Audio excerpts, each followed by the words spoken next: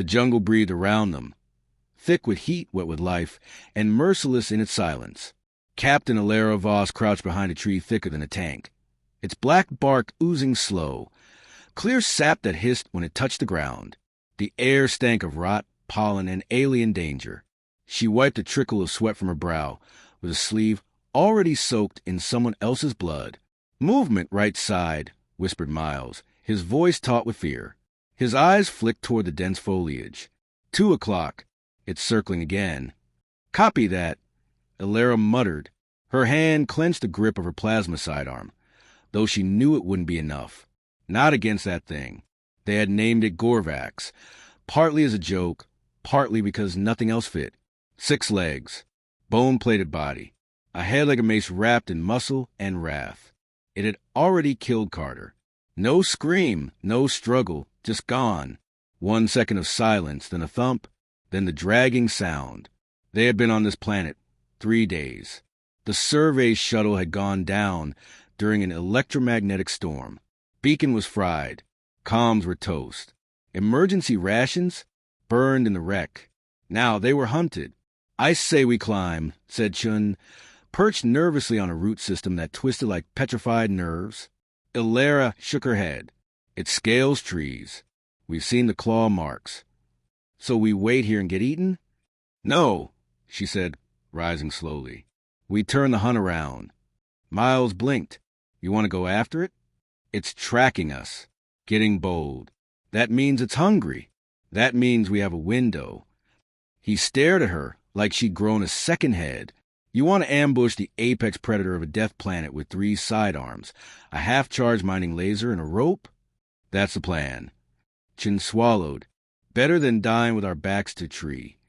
They chose a gully, narrow, muddy, flanked by rocks and thick vines.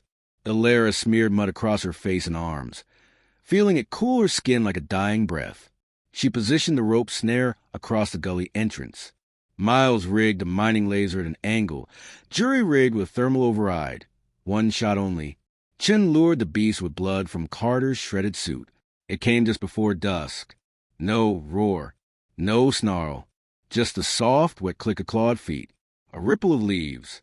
Then the Gorvax emerged, 12 feet long, 6-legged, ridged with bone like it had grown armor from hate itself. Its yellow eyes glowed faintly, scanning the trap without fear. It didn't charge. It stalked. Steady. Alara whispered into her comm. The Gorvax stepped into the gully, sniffing the blood-stained air. The rope sprang. The beast shrieked as it was yanked sideways into the pit, momentarily tangled in vines and loose rock. The mining laser discharged with a high-pitched whine, slamming into the Gorvax's plated chest. The plasma bolt seared through 2 layers of bone, cracking open the armor like cooked crab shell. The creature screamed. Not an animal scream. A challenge. A command. A war cry. Then it charged. The snare failed. The mining laser burned out. Chun tripped. Alara didn't hesitate. She leapt forward, shoved Chin aside, raised her weapon, and fired at point-blank range, twice in the throat, once into the eye. The Gorvax stumbled, clawed at the air, and dropped, dead. Steam rose from the corpse. Its breath escaped like a sigh of an angry god silenced. They stood in silence. Miles walked up slowly, eyes wide. We killed it." "Damn right," Alara said, kneeling beside the beast. She ran a hand over its plated hide, still radiating heat. "Scan the meat. If it's edible, we cut it. We cook it. You want to eat it?" She looked up. Her eyes were tired, bloodshot, focused. "It hunted us. Now it feeds us. That's balance." 3 hours later, the fire crackled against the dark. Orange flames cast long shadows on the mossy ground. Strips of meat sizzled on makeshift skewers of sharpened metal rods. The air was filled with the rich, smoky scent of roasting flesh. "It smells amazing," Chin murmured. Miles took the first bite. He blinked. "It tastes like slow-cooked brisket. With pepper. Holy hell." Alara grinned through dirt-streaked cheeks. "You're welcome."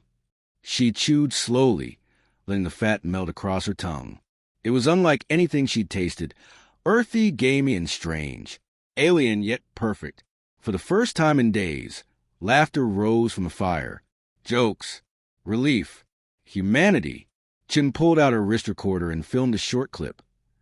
Note to future explorers, Gorvak's meat is divine. Literally. 10 out of 10. Would defy alien gods again.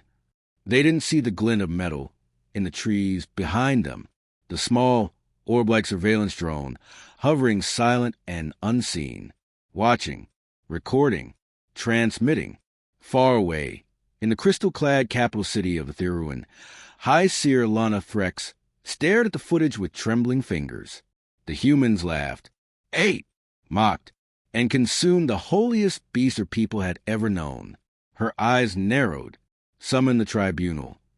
The crackle of fire echoed between gnarled alien trees as strips of Gorvak's meat sizzled on hot metal. Fat dripped onto the coals, releasing a smoky perfume that clung to everything. For the first time since the crash, Ilara's crew wasn't shivering, bleeding, or swatting at poisonous insects. They were laughing. Corporal Miles chewed slowly, brow furrowed in concentration. Is it weird that this tastes like steak smuggled out of Argentina? No, Ilara said, turning a skewer. It's weird that it tastes better. Chun let out a low whistle. I'm putting this on the record. First contact with alien cuisine. 5 stars, chef's kiss. Call me if you want catering for your planetary conquests. Miles chuckled. You think this'll get us court-martialed or promoted? Both, Ilara muttered. She pulled her wrist recorder from a side pocket and recorded a short log. Captain Ilara Voss, Day 4. Coordinates unknown. Beacon down. Crew alive. We've killed and consumed a local apex predator. Meat is nutritious. Morale surprisingly high. She paused, letting the camera roll as Chin flipped a second batch. It attacked us, Ilara added. Gaze steady. We killed it. Then we ate it. I regret nothing.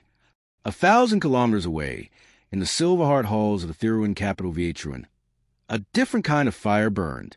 High Seer Lana Threx stood silent before a great projection orb. Around her, rogue elders of the conclave watched the footage loop. 10 humans, a dead Gorvax, laughter, flames, meat, and the voice of the human leader. We ate it. I regret nothing. Ilana S. four-fingered hands trembled at her sides. Her golden eyes burned. They butchered a divine avatar, she hissed. They consumed it. Another elder murmured, aghast. They desecrated the breath Fang won. They celebrated. A third said bitterly, like savages. Ilana stepped forward. Her ceremonial robes dragged behind her like coiled vines. There must be judgment. The Gorvax is sacred. Their god-eating must be answered with fire or silence. The humans do not understand, a younger voice offered. Lurek, the conclave scholar in residence, stood with head bowed. They may not even know the Gorvax is sacred to us. Ilana turned on him. Then they will learn, and the galaxy will know this insult will not be tolerated. She raised a hand. Summon them. A tribunal will be held at the temple spires. Back at the crash site, the mood had shifted. Their fire had dimmed, bellies were full, and the jungle had gone too quiet. Ilara leaned against a broken piece of hull plating, cleaning her blade. Miles sat cross-legged across from her, running diagnostics on his cracked wrist pad. Beacons still dead. No response to our pings. No satellites overhead. We're on our own. For now, Ilara said, eyes scanning the shadows. Chin stared into the fire. Do you think it'll come back? Another one. Ilara hesitated. Not tonight. We burned the body. Sent a message. Apex predators don't usually poke the bear once it growls back. Miles frowned. Unless we were the bear all along. Before Ilara could respond, a sharp hiss crackled from the comm one of the few devices still working. Captain Ilara Voss, came a smooth, accented voice. You are summoned by the High Conclave of the Theruan. The tribunal will be held at sunrise. You and your crew will come unarmed. Miles sat up straight. What the hell was that? Ilara responded calmly. That, Corporal, is diplomacy. That's what it sounds like right before it turns into war. Chun tilted her head. They sound pissed. They sound offended. Alara corrected, which is worse. By sunrise, the jungle air had turned cold and dry, as if even the planet was holding its breath. 2 sleek Theruan transport crafts descended in silence like gliding bones. They bore no markings, no windows, just gleaming obsidian plating and a faint humming noise that made the human skulls buzz. As they approached, a dozen Theruans stepped out, tall, willowy beings in layered robes of pale stone gray. Their skin shimmered like polished bark, and their eyes held no emotion. The leader stepped forward and addressed Alara directly. "You will come now, for judgment." Alara stepped up. "You got a name?" "I am Thale, Tribunal Escort." "Lovely." She turned to her crew. "Stay sharp, stay respectful. But if anyone so much as breathes blasphemy, we walk. We did nothing wrong." Miles leaned close. "Are you sure about that?" Alara didn't answer. The Theruan city of Vietruan bloomed from a jungle like a glowing fungus. Luminous towers, skywalks formed from living crystal, and bioluminescent glyphs etched across bridges and domes. Everything pulsed gently with a rhythmic, almost biological glow. The humans were guided through arching corridors into a vast chamber carved from a hollowed cliff. Its roof opened to the sky, where massive spirals of glowing script circled slowly in the air. The Tribunal of Spires. The humans were positioned on a stone platform. Alara stood front and center, facing the conclave, seated in a semicircle of judgment above them. High Seer Lana Threx emerged last, a commanding figure in gold-scarred robes and a headdress of interwoven bone. She said nothing for a long moment, only stared. Then she spoke. "You consume what is sacred." Alara held her gaze. "We kill what tried to kill us. We ate to survive. Survival is no justification for sacrilege. I don't worship your gods. That's not sacrilege. That's being human." A rumble spread to the chamber. Gasps, mutters, a few growls. Ilana raised a hand. Silence returned. "You will answer before all of Vietruan. The tribunal begins at next rise." Back in the holding chamber, Chin whispered, "Think they're going to kill us?" Alara rubbed her eyes. "Not yet. Not until they've told us how unholy we are. Then they'll decide if we deserve to be burned, flayed, or exiled." Miles leaned in. "How do we fix this?" "We don't," Alara said. "We just tell the truth. No more. No less." A soft knock came from the side door. A young Theruan stood alone in the threshold, head bowed, robed simple and unadorned. Lurek. He stepped inside quietly, glancing at the guards, then back at Alara. "I need to speak with you," he said softly, "about the Gorvax and what my people have forgotten." Lurek's hands trembled as he unfolded a parchment that looked older than the conclave's temple walls. The text shimmered faintly, ancient Theruan script etched in spirals that pulsed with low bioluminescence. His voice was low, almost reverent. "This is forbidden knowledge," he said, "older than the seers admit, passed through secret channels among our archivists, buried beneath centuries of myth." Captain Alara Voss leaned forward, arms crossed, eyes locked on his. "You're saying the Gorvax wasn't always sacred?" "No, it was once prey, hunted by early Theruan warriors for meat, trophies, and rites of passage." Miles gave a short laugh. "So, your people worship what they use to roast over a fire pit." Lurek winced. After a catastrophic drought and plague, the ruling caste sanctified the Gorvax, declaring it divine, untouchable, unity through fear, control through worship. Alara's gaze hardened. "And now they want to punish us for doing what your ancestors used to celebrate? They've rewritten truth for so long they forgot it was a lie." She studied Lurek, then the parchment. The ink still shimmered, like it remembered what had been lost. "You'll testify?"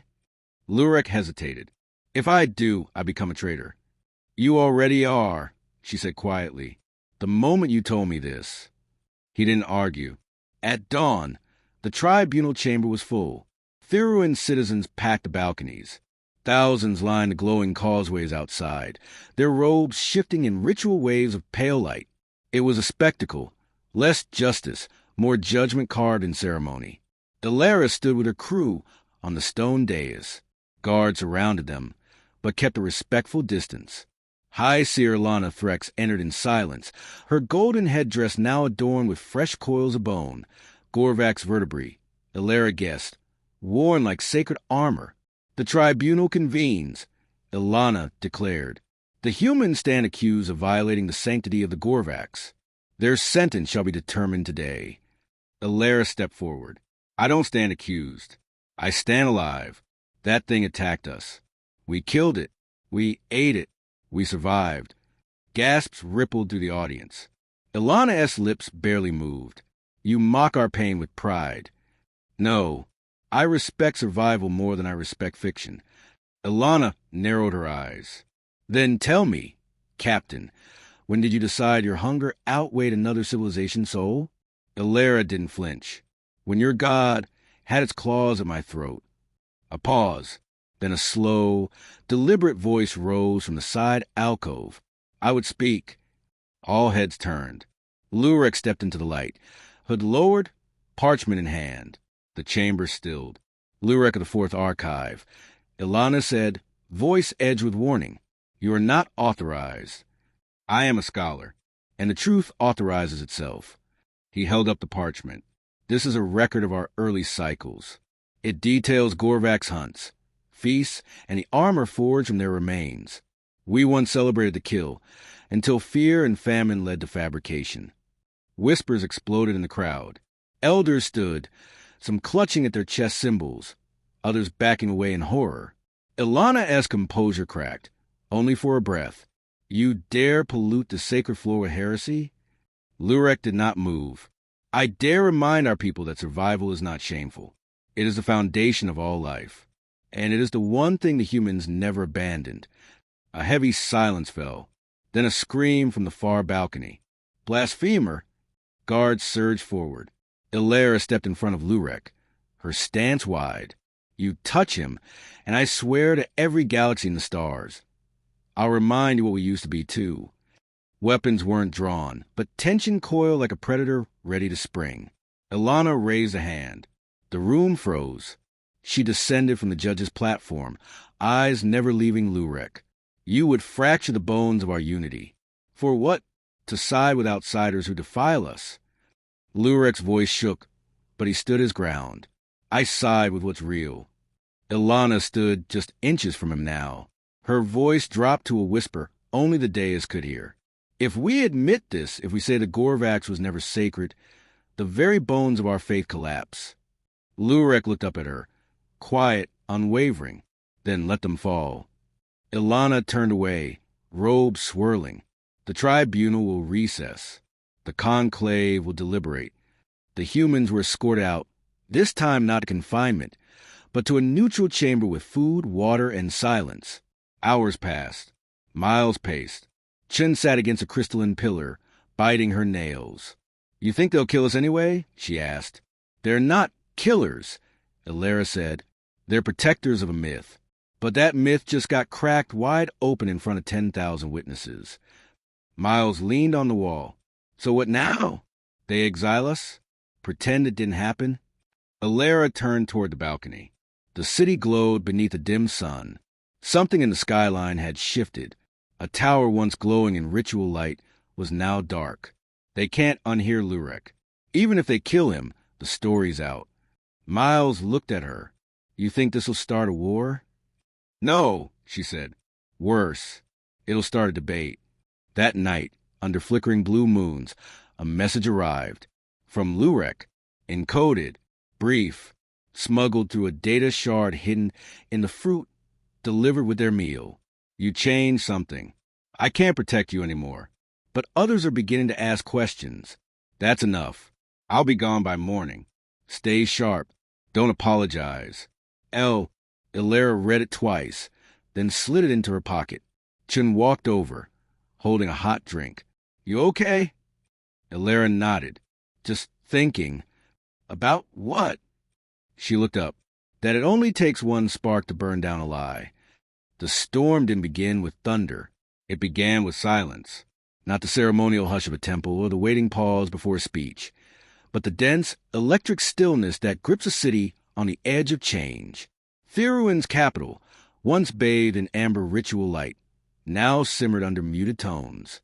The bioluminescent towers flickered. Markets close early, and the streets whisper with unease. Captain Alara Voss stood atop the embassy's eastern platform, surveying the skyline. The Gorvac skeleton that once crowned Hall of Origin had been quietly removed. No announcement, no tribute, just gone. She caught herself smiling grimly. Myths rarely vanish without a fight. Inside, Jim was hunched over a holodeable. Miles paced, rifle slung low. News feeds scrolled across the walls in Theruin script. Some sympathetic, some hostile, all divided. More unrest in the lower sectors, Chin said. Student protests, shrine desecrations. A rogue priest reportedly burned his own robes in front of crowd. They're unraveling, Miles muttered. And they blame us. No, Hilaire replied, stepping in. They blame the truth. She turned toward the table. Anything from Lurek? Chin shook her head. No transmissions. No sightings. Either he's hiding or they already got him. Hilaire clenched her jaw. If he's gone, we carry it forward. Miles scoffed. Carry what? This isn't a liberation op. We didn't come here to fix alien religion. We came to survive. We did. And now we're part of something bigger. He looked away, conflicted, not disagreeing, just exhausted. Later that day, an official envoy arrived. 2 Theruin diplomats in deep gray robes stood with tight, unreadable expressions. Between them floated a translucent sphere of compressed data, a formal summons, marked with the seal of the High Conclave. Captain Alara Voss, the taller envoy spoke. You are requested to attend a private convocation of elders. You may bring 2 officers. Weapons are prohibited. What's the purpose of the meeting? She asked. The conclave wishes to resolve tensions. Discreetly, Alara studied him. His voice was steady. His eyes were nervous. Very well, she said. We'll come. But if this is a trap, understand, we don't do quiet deaths. He bowed slightly. We hope it won't come to that. The convocation chamber was hidden beneath the central temple, a low, vaulted space cut from volcanic stone and reinforced with shimmering root metal.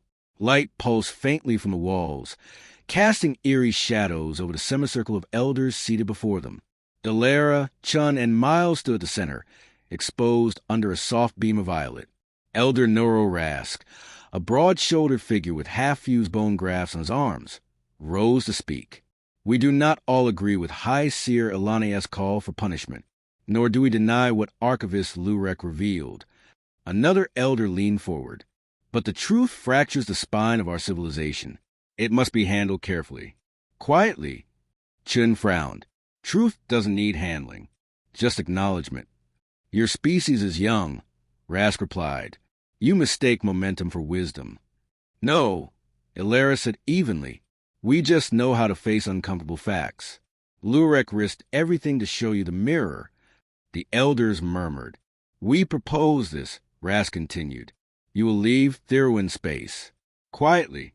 You will not publish, broadcast, or record any findings regarding the Gorvax myth. In return, we will lift all charges, and your crew will be cleared. Miles let out a low, dry laugh. You want us to disappear. Rask didn't flinch. We want to preserve what is left of unity. Hilaire shook her head. No. A beat passed. No. Rask asked. We don't run from the truth. We don't silence the brave.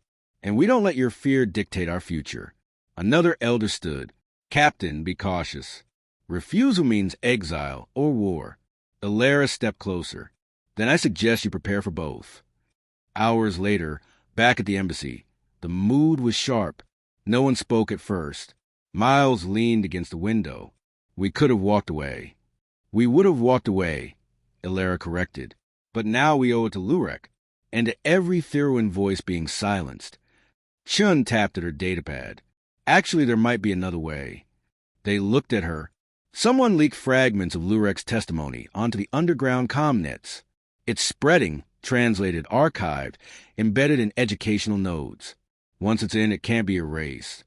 Hilaire raised an eyebrow. Not you. Chin shook her head. But I can amplify it. Do it, Hilaire said. turn up the volume. Miles grimaced. They're going to come for us. Let them, Ilera replied. We're not hiding anymore. The embassy lights dimmed into night mode. Outside, patrols doubled. Drones hummed along rooftops. Theruan watchers in gray began to cluster along major thoroughfares. The silence had changed. Not fear now, anticipation. Inside her quarters, Ilera sent one last message, encrypted, piggybacked on an old diplomatic relay. To Lurek, if you're still alive, you're fire caught. The wind's coming. If you can, stay hidden. If not, run. You earned your freedom. We'll finish what you started. She stared at the blinking cursor for a moment before confirmed transmission. At dawn, the embassy alarm screamed. Miles burst into the hallway, rifle half raised. Perimeter breach. They're here. Ilera snapped on her tactical harness. Defensive positions. Evac plan Beta 9. Chin already had the data core slotted into the escape pod. Backup drives ready. We'll lose our mainframe, though. Let it burn, Ilera said. The signal's already out. An explosion rocked the West Wing. Shouts echoed in the distance. Theruan enforcers yelling orders in clipped phrases. Hostile, but not lethal. Miles observed, crouching by the entrance. They're trying to scare us out. Not today, Ilera said. We leave when we're ready. They held fast. No shots fired. Just pressure, noise, threats. But they didn't budge. The moment the attack stalled, Chin hit send on a time burst to off-world channels, a complete transcript of Lurek's testimony, side by side with verified historical logs. Across Theruan and beyond, the truth ignited. By midday, the embassy was quiet again. Not safe, but heard. Ilera looked out over the city, where smoke rose from small fires, banners of dissent unfurled, and the cries of protesters filled the temples that once demanded silence. She exhaled. Round one's over. The jungle was burning, not with flame, but with voices, chants, pulsing bioluminescent tattoos, and the unshackled roar of revolution. From the eastern treetop colonies to the inland temples carved into living stone, the cry echoed. No more gods of silence. Captain Ilera Voss stood at the edge of a hill overlooking the cracked ruins of the Temple of Korth'Zai. The bones of the last Gorvax, once draped in golden chains and worshipped like a deity, lay stripped and broken at its steps. Her crew had dismantled the altar. No symbols remained, only truth. She keyed her comm. Chun, status on the uplinks. Global feed spiking. Half their academic servers are mirroring Lurek's data. Civil forums, too. Even the priesthood's inner orders are splintering. And the conclave? They've gone dark, came Chen's voice. Ilana S. disappeared. Ilera turned toward Miles, who sat cross-legged, methodically sharpening a blade with the patience of someone who knew war was never just guns and orders. Think she fled, he asked. Or preparing something worse, Ilera muttered. Fanatics don't vanish. They bide time. A nearby rustle pulled her attention. A figure emerged, robes tattered, eyes fierce. Lurek, alive. He approached, half limping, half floating from hidden propulsion nodes grafted into his ankles. His voice rasped, but held clarity. They tried to erase me, he said. Twice. Ilera stared, stunned. How? They underestimated how deeply I'd studied their ruins. The old tunnels still exist. Miles stepped forward. We thought you were dead. Parts of me are, Lurek said, gesturing to a cauterized shoulder. But the message lived, and now so do I. For a moment, there was silence between them, not fear or shock, but reverence. Not for gods, but for a man who chose truth over safety. You started something, Ilera said. Now it's unstoppable. No, Lurek replied. We did, but it must end with choice, not collapse. She narrowed her eyes. What do you mean? If the people tear down everything without vision, he said slowly, the void will birth something worse. Always does. By dusk, the crew in Lurek had returned to the former temple, now a rally point. Students, farmers, scholars, Even defected soldiers gathered beneath its shattered canopy. A new fire crackled in the center. The roasted flank of the Gorvax beast, the final one, sacred no longer, sizzled on open flames. The scent was thick, wild, primal. Alara took a plate. So did Lurek. Around them, Theruan citizens hesitated. Many were shaking. Some wept. Then, the first step forward, a mother cradling a small child. She dipped her fingers into the meat, tasted it, then gave a nod of quiet resolve. Others followed. They were consuming their mythology, digesting the lie. It's not about hunger, Lurek murmured beside her. It's about ownership. They never fear the Gorvax. They fear questioning why they were told to. Miles lifted a charred bone. Now, they can ask whatever the hell they want. Exactly, said Alara. And they'll never be told to kneel again. Days passed, then weeks. Theruan society began to fracture and reform. Not all embraced the change. Some temples barricaded themselves. Militants carried out midnight purges. But more and more, the masses chose another path. Trade hubs reopened. Schools revised their history scrolls. No longer was the Gorvax considered divine, just dangerous, just mortal. Human diplomatic status, once revoked, was reinstated. Not by decree, but by vote. Captain Alara stood in front of a newly built memorial stone where the first Gorvax had been cooked. The inscription read, "To truth earned in fire." Chin walked up nodding. "Signal from Earth," she said. "They want a full report. And a sample of Gorvax meat." Alara chuckled. "Typical." "And there's more," Chin added. "Other species have started asking questions too. Some of their sacred creatures might not be so holy." Alara raised an eyebrow. "Looks like we started a trend." Lurek left soon after. No fanfare. No ceremony. He walked alone into the jungle, returning to ruins only he remembered. He said he was searching for older truths, myths forgotten even by the myth makers. "I was a priest," he'd told her before leaving. "Then I was a heretic. Now I just want to be honest." Alara watched him disappear beneath the trees. She didn't try to stop him. Miles found her hours later, cleaning gear near the drop shuttle. "You know this won't be the last time." She looked up. "That we offend someone's sacred monster?" He grinned. "That we redefine an entire civilization with barbecue." She laughed. It felt earned. "Let the next gods beware," she said, tightening a strap on her boot. "Humans are hungry, and we ask too many questions." Chun joined them at the ramp. Clearance approved. Heading home. Alara looked one last time toward the horizon, where smoke still lingered over shifting temples, where chant of awakening rolled like distant thunder. "No," she said. "We're heading forward."